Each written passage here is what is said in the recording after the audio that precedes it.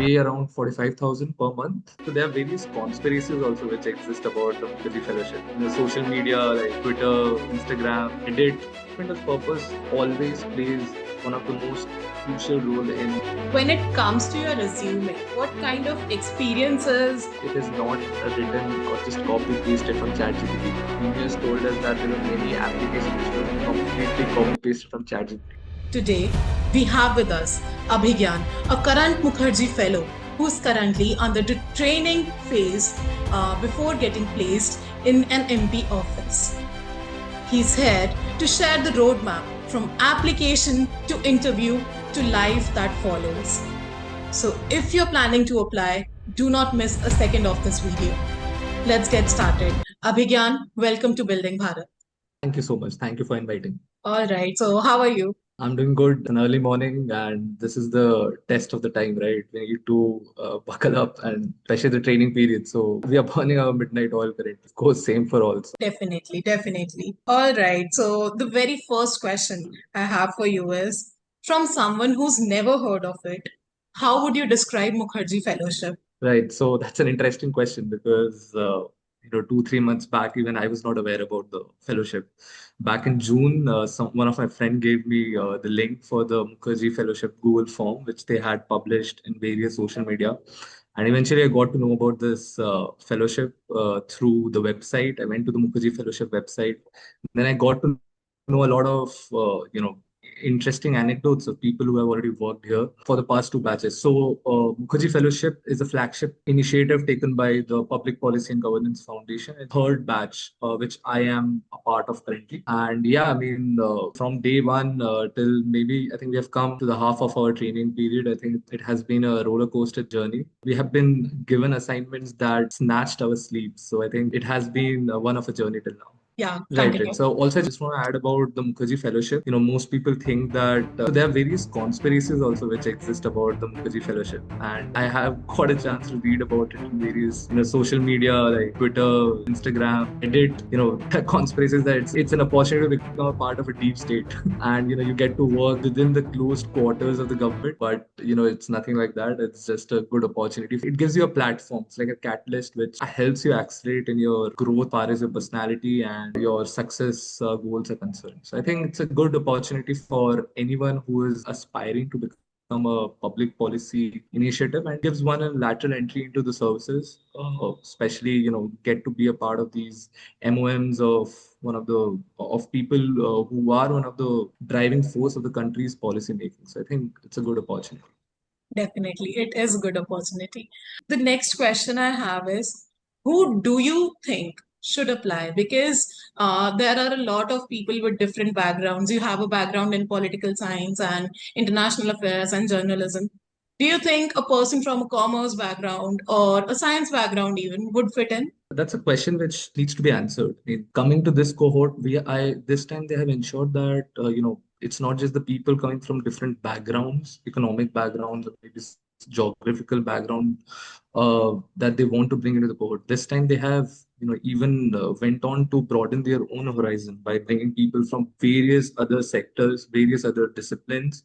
There are people from chemical engineering. There are people from aerospace background. Many people who have come from commerce background, as you were saying, and there are few lawyers as well. It has become a melting pot of sort where we see people from different regions, from different backgrounds, and people from different academic schools of thought. I think it is not restricting people from certain backgrounds to just be a part of the public policy making, because having had a conversation with one of the few moderators of the Mukherjee Fellowship, they were of the view that we need to ensure that people from different backgrounds enter the policy making, because it is important that their perspectives, their insights play a pivotal role in driving the policy making framework. I think anybody who has a knack of understanding how policies are being a part of the news cycle, so I think anybody can go ahead with it. It's not restricting and bounded. All right. Okay.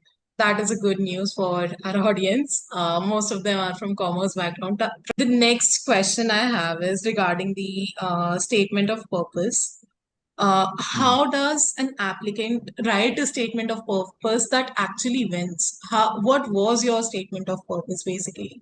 Statement of purpose always plays one of the most crucial role in getting an admission or getting to a fellowship anywhere. So I think statement of purpose should reflect a sense of an element of honesty with yourself. It should also, reflect a sense of your own personality, because, when you are writing a statement of purpose, it shouldn't be designed to make somebody feel that, you know so many things. It's a reflecting note of what you know and what you want to absorb. It should ensure that reflects your own goals, own academic things which you have achieved in your life. And to get into the nitty-gritties of it, I would like to highlight that it is important that statement of purpose should include, should be designed to the interest of the policy making framework. In the sense that if you have done any kind of research, like I have done masters in international relations, so there were various term papers which we had to write on various socio-political interests. So to link all the academic researches which you have done till now with an angle of policy making. All right, that is understood. The honesty and the integrity should be intact, and the research, it need not be in the domain of political science. It could be anything. Those are the 2 points you recommended. Right. When it comes to your resume, what kind of experiences or achievements catch the interest of the moderators, as you said? The third batch of the Mukherjee Fellowship, we saw more than 10,000 application forms. So I think the task was really tough for them to ensure that they select quite a few bunch of people.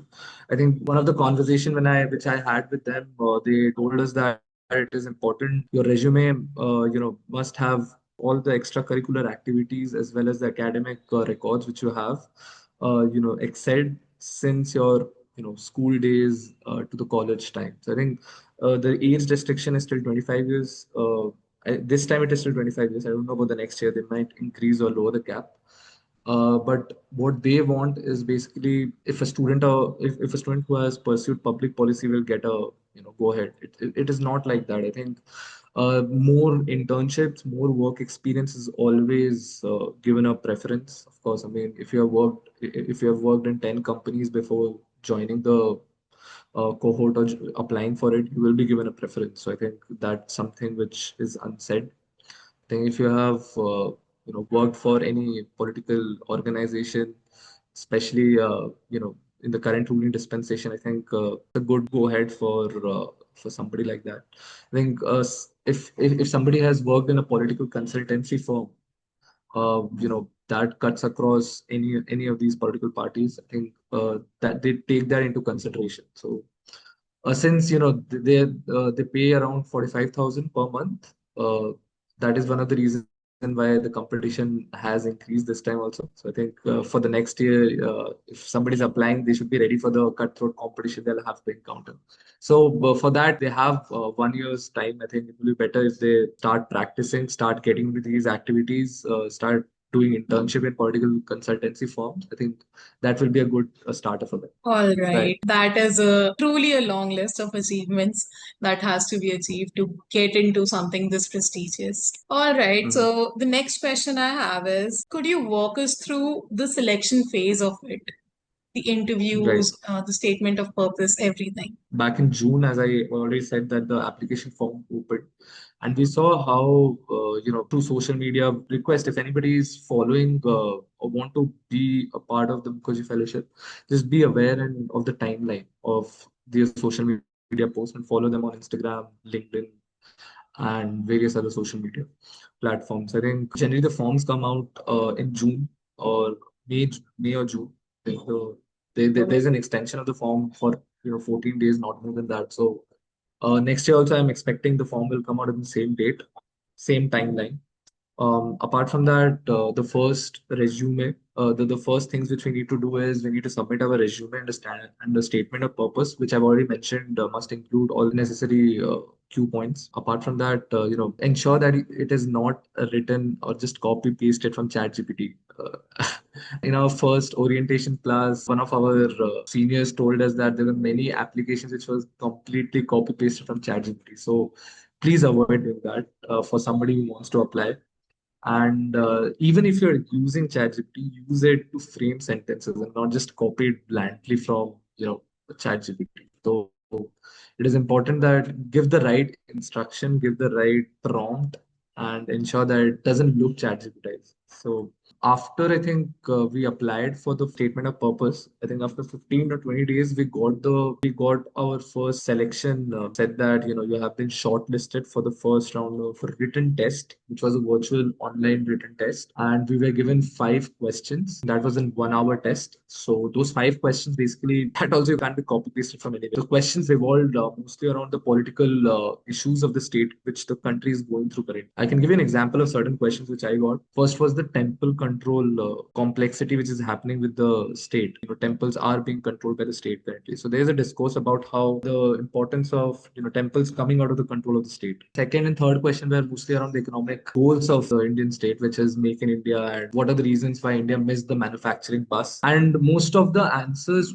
had to be restricted within 200 words. So it is important to set your time limit, and also ensure that you write what's need to be written. It's not that because the selection process is such that they will ensure that the concepts properly. Writing for the sake of it really doesn't work, because I have seen people who were rejected in the second round of application. All in all, the first round basically revolved around the political and economic situations and hot topic, basically, which is in the part of the discourse in the country. And after this selection process, there was an online interview. It was a half an hour interview, which was taken by one of our seniors. So there also the questions revolve basically around the local MPs and local MLAs. So it is important that any applicant must know about their social institutions, like political institutions, like local MLA, MP, which political party are they from, and in your state. So you need to know about the historical, socio-cultural history of your state. That is very important. I remember I was asked about this question about. So basically, I come from West Bengal. So the question was asked that he is not from West Bengal, and explained to him about all the socio-economic and political happenings of the state from 1947. He just asked me, "You need to explain everything in 5 minutes." So it becomes interesting because it's not just the political aspect. You need to even talk about the population of SC, STs, where they are basically located. There are various communities which exist in nooks and crannies of constituencies. So it is important that you don't remember all the facts, but you just know about from a larger bird's eye view about your own state. And apart from this, there were questions asked from policy making field. In the sense, I was asked a question about the similarities and differences between Delhi Metro and Kolkata Metro. So as I come from Kolkata, he even asked me what are the solutions he would want to offer for the improvement of the deliverance of Kolkata Metro on a regular basis. That was a question from policy making field. And after this round, also we had an offline virtual grilling session. So I was shortlisted for that also. There were 2, 3 people from the organization who asked us to make a presentation or topic which was related to my state. And eventually we had to pack them up. So that went on for 1 or 2 hours. So again, the questions were similar to what was asked in the first round of interview. So I think to have a complete grasp about your own state is one of the most indispensable things which an applicant must do. I think it is important that you know in and out about your state and also about the country. So again, I mean, somebody who is part of the news cycle on a day-to-day basis, I think will of course have an edge against against candidates. So I think I'll give you last point before winding this answer. It is important that an applicant must focus on their concepts and their ideas are very much clear while they are articulating it. I think articulation also plays a key role in your selection. What are the common misconceptions that you mentioned in the very beginning, the Reddit thing and all?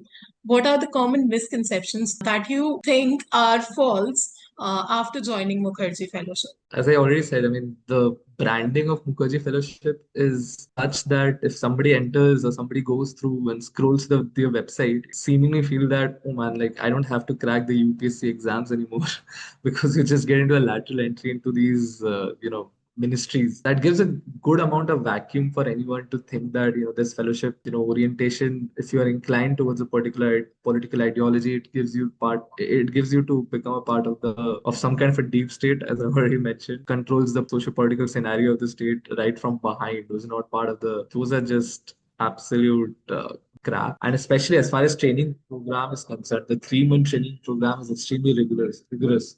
So it's not that anybody who wants to, anybody who has a good political knowledge can survive, because there are people who have been rejected even after joining because of their performance. It's important that an applicant must remain on their toes even after joining. Controversies are concerned. This was one of the biggest misconception of the people, that you just become a part of the ministry and you will get a car, you get a few bodyguards. It's something like that. You will be assigned to work in a ministry, that's for sure.